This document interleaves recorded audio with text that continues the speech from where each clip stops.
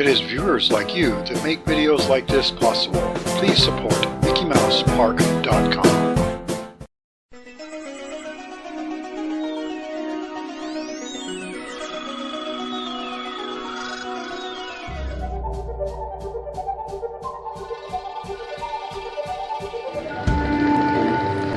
In nearby Newport, we were building and assembling miniature Autopia racing cars.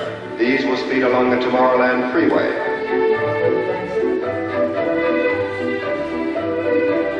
Specially designed and built with a frame of steel tubing and a fiberglass body, each of these cars will have its own one-cylinder, 6.5 horsepower motor. A most difficult problem was to build them to fit the varying sizes of growing youngsters. We finally agreed on 2 gas pedals, a close one for the smaller children, and one more distant for the older type youngster, say the 16 to 60 variety.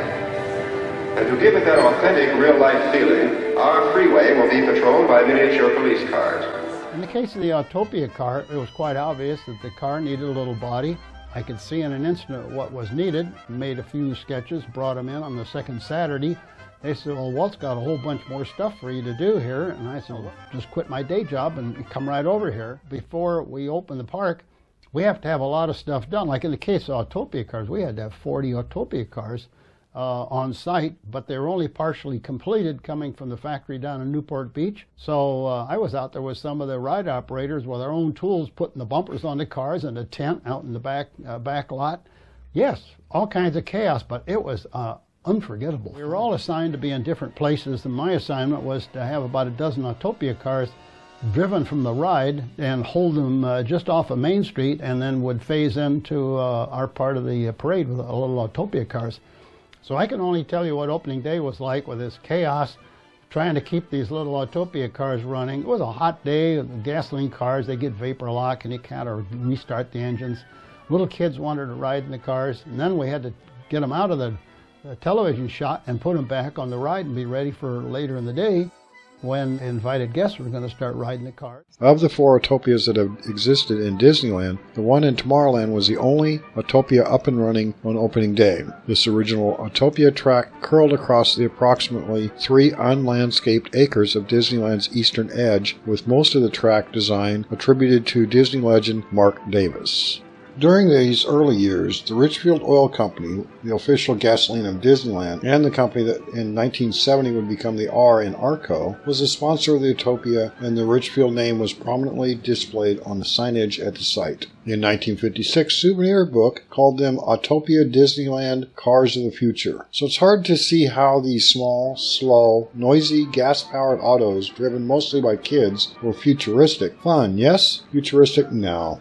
For the first decade of operation, the attraction did not have a guide rail running down its center, which means drivers could veer their cars into each other, pass each other, and in some cases even manage to go against traffic. Not until 1965 was a center rail installed down the middle of the Autopia freeway to keep cars aligned. The earliest sketches show a bulbous, heavy fenders and running boards on the cars, just like on classic American autos of the 40s and 50s, thus making the cars of the future really more like cars of the recent past. The Mark I cars that hit the Tomorrowland Road in 1955, they were modeled on foreign sports cars, Porsches and Ferraris in particular, to give them a sleek, low-slung look that anticipated styles of the next decade, if not quite the next century.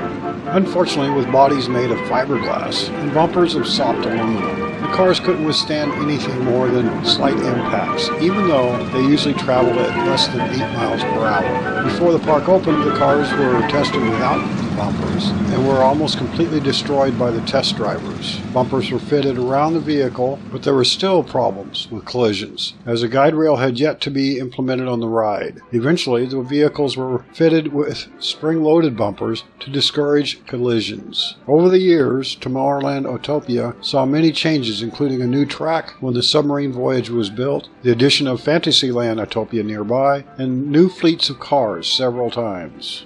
In the 1950s, kids received a Richfield Autopia driver's license. The original fleet of 40 cars also contained 4 black and whites complete with flashing red lights and sirens. 95% of the cars running at the start of opening day were disabled by the end of the day. The cars were governed to 7 miles per hour but are capable of 25 miles per hour. Mark I original cars 1955. Mark II cars had a smoother engine 1955. Mark III cars prototype only 1955. Mark IV cars new mechanical design 1956. Mark V cars all new design and were twice as heavy 1959. Mark VI cars, first ones built by Arrow for the center rail 1965. Mark VII cars cost $5,000 each. In 2022 dollars, it would cost over $45,000 each. They weighed over 1,000 pounds, 1967. Nomenclature, May 25, 1955. Disneyland Autopia, Richfield exhibit. The name of the car is the Disneyland Autopia. 32 gas-powered motor cars on the Autopia Freeway. 4 police cars, 1 Disneyland Autopia Special, 3 extra cars. The interpretation of the word Autopia stresses safety and good driving.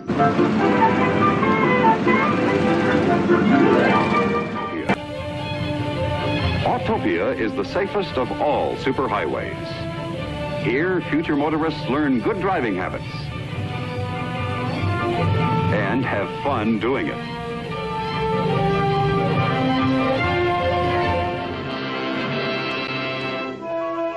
Appropriately, things are on the move in Tomorrowland. And one of the most exciting adventures is Autopia, the freeway to fun. This is the safest superhighway in the world.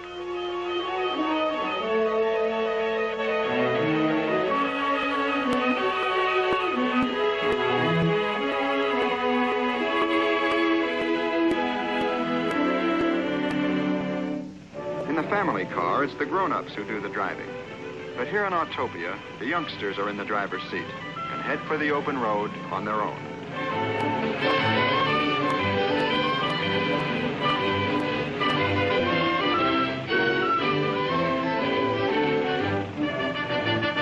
In Autopia, you're just as young as you think you are. And here comes the proof.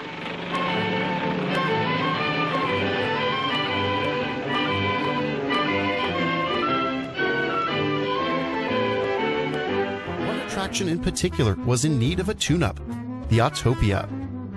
Guests were damaging the cars much faster than expected, and worse, they were damaging the employees. Thanks to Arrow's work at Santa Cruz, Walt had found his solution to Autopia's problem. Specs: capacity 900 per hour, capacity per car 2, cycle time 4 minutes 44 seconds, load time 7 seconds, unload time 9 seconds, trip time 4 minutes 39 seconds, dispatch interval 8 seconds, trips per hour 450, distance travel 2,282 feet, speed 6.2 miles per hour. Tomorrowland Autopia maintenance area, Tomorrowland Autopia repair area.